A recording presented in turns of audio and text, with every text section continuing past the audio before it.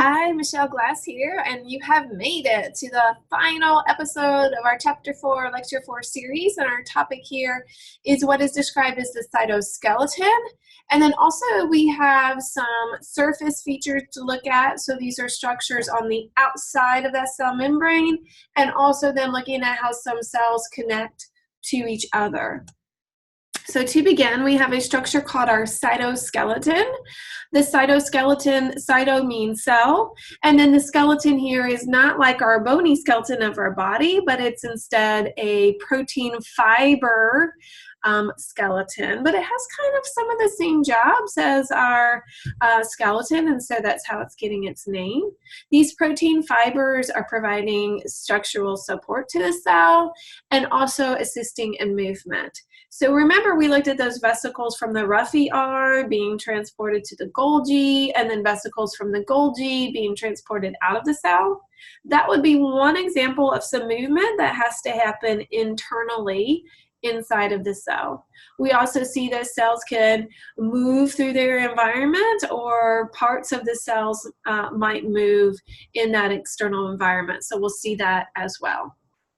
Now, there are different types of fibers that make up our cytoskeleton.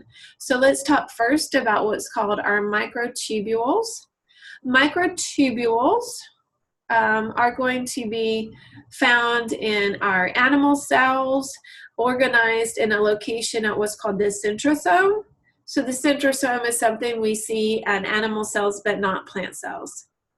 The microtubules for all cells will be involved in the shape of the cell, tracks to move organelles around inside of the cell. Again, will be important in moving chromosomes during cell division, so we'll be talking about that in the future. And also we will see both cilia and flagella are composed of microtubules. So again, microtubules have all of these functions in both plant and animal cells. It's just that structure, the centrosome, is specific to animal cells.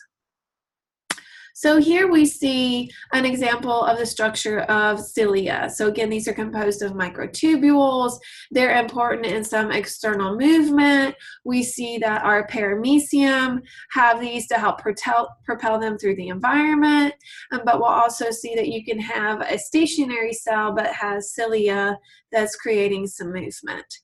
Flagella are usually a longer extension. Very often you're just seeing one of these, maybe two attached to the cell, and the flagella are going to be important in propelling a cell through the environment as well.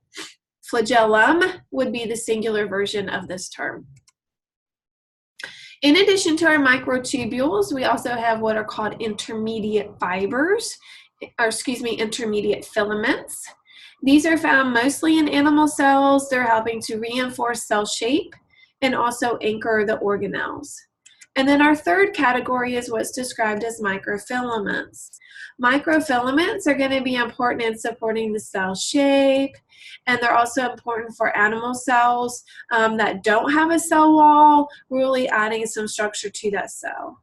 And then I'm illustrating here cell movement, which is looking at amoeboid movement, where you're sending out an extension of that cell and then moving towards that extension.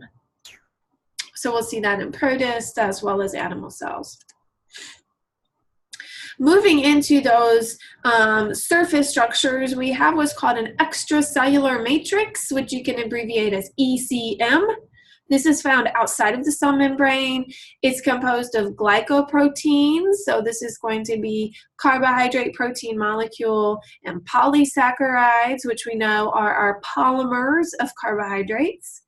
Functions of the ECM include holding cells together as tissues, protecting and supporting that cell membrane, and we also see that the ECM is involved in lots of different types of communication for the cell. Finishing up, let's look at how cells are connected together, and we see there are different types of connections in animal cells versus plant cells. So looking at our animal cells, we have what are described first as tight junctions. This is preventing fluid movement across and between those cells. So you can see like the water is coming down, but it can't move in between the cells in that case. We have also what are called gap junctions. So these are special ways for animal cells to communicate together. So ions, which are going to be involved in communication, can move directly from one cell to the next. And then we also have what's described as an anchoring junction, which is really just a way of attaching animal cells together to form tightly connected sheets. And plant cells, remember, we have cell wall structures, and so this does give us different set of connections. Notice your green line is your cell wall, and that pink line is the cell membrane, which is universal to all cell types.